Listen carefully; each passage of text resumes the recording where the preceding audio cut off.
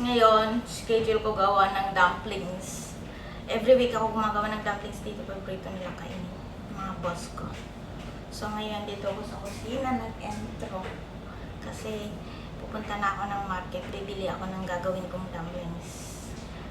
Giniling tsaka chives. Tara, samahan niyo ako pumunta ng market. So ayan, baba na tayo. Ayan, pupunta na ako ng market. Which asan yung service ko?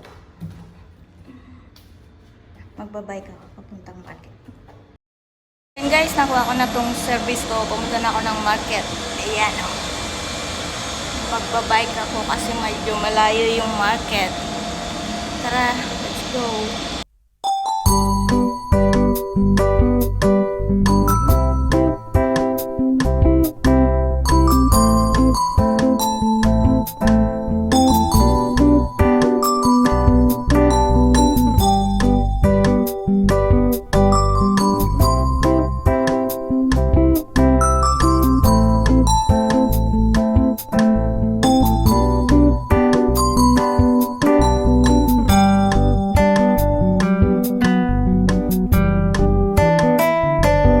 Dito na tayo sa market. Saka yung market na ito. Punta tayo ngayon sa... Kuha tayo ng basket.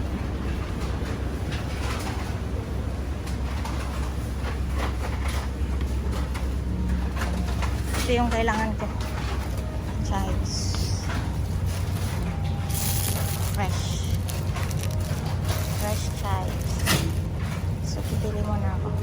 So, yan. Kinilo na. $7. Isang kilo. Thank you.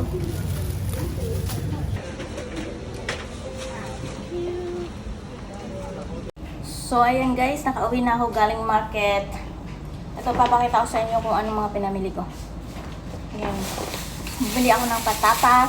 Tatlo lang kasi wala naman masyadong tao dito.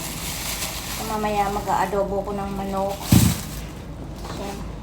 Bumili din ako ng luncheon meat para pag wala akong ulam, ito na lang ulam. Ito, siyempre yung chives para sa dumplings ko. Ayan, $3 to. Ayan, chives. At yung pambalot ng dumplings. Tatlo lang siya. At ito yung giniling. 1 kilo kalahati lang ako. Ayan. Chives, giniling. At ito, guys, so, bumili ako ng ano. Nakita ko doon. Ito guys, so, kamuting kahoy. Wala, na-miss ko lang kumain ito. Ilang years na ako din nakakapit yun. So, mamaya, steam ko lang. Ito na yung lunch ko. Sausaw ko sa bagoong. Balinghoy sa amin to, balinghoy. Saka, ito, isang buong manok. Mamayang gabi, adobo ko siya. Paborito ng alaga. So, yun lang. So, ayan guys, hiwain ko na yung chives. Hiwain siya na maliliit.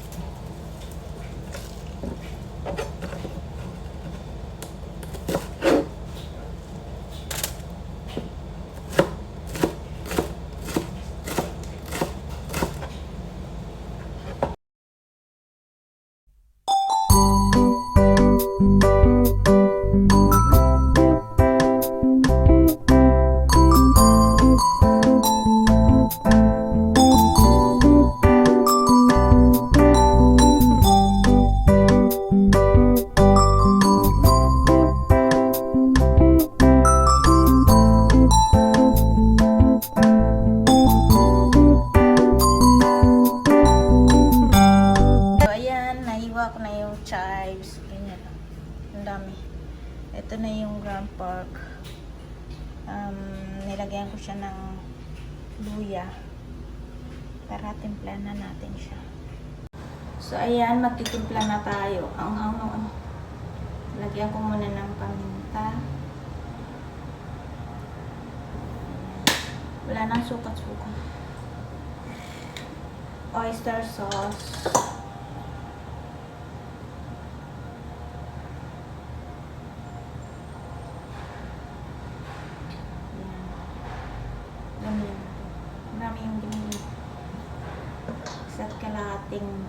siya. Soy sauce.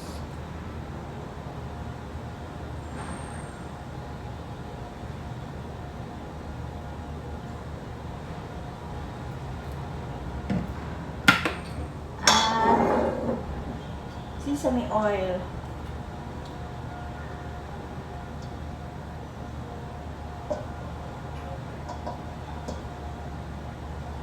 Yun. At lagyan natin siya ng konting asin. Konti lang. Ayan. Tsaka natin siya haluin ng haluin. Ganun lang. Kailangan mahalo ito ng maayos. Ganyan yung chives. Mix ko siya.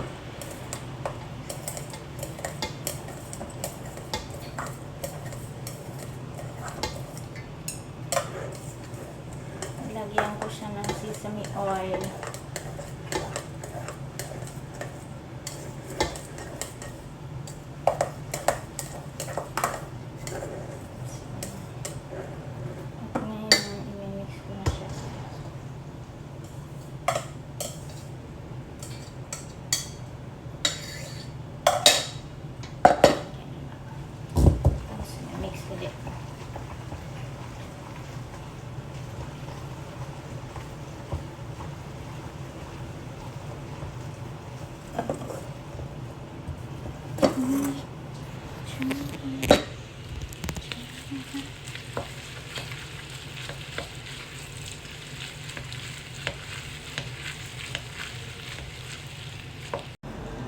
So, ayan, mag-start na tayo gumawa. Dampan.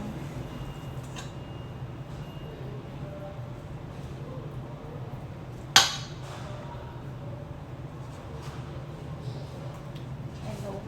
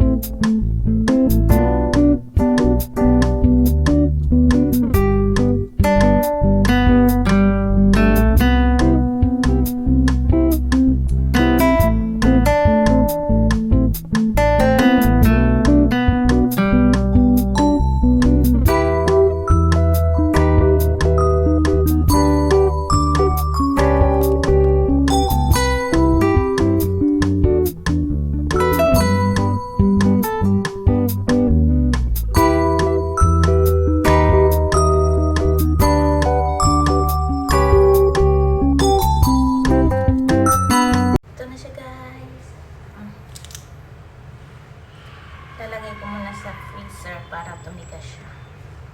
Ayan. Pero marami pa akong gagawin. Bye-bye. Thank you.